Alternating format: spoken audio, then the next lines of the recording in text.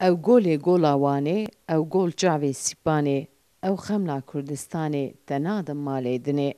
Gola bajarê Wanê bi mezinbûna xwe û bi ava xwe a bi soda li Herêma Bakur û li Tirkiyeyê di rêza yekemîn de ye. Di nava Kurdan de behra xaka Kurdistanê ye. Her sal bi hezaran geştyar ji Îranê û ji Herêma Kurdistanê serdana bajarê Wanê dikin û di ava golê de avjenî dikin û heman demî de bi keştiyan diçin giravên li ser avê.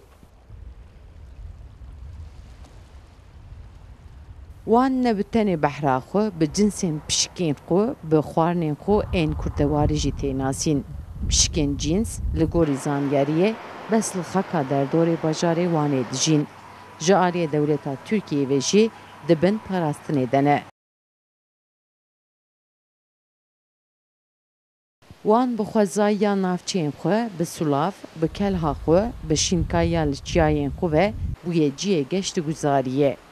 Sevda Kaplan, Kurdistan TV, Wan.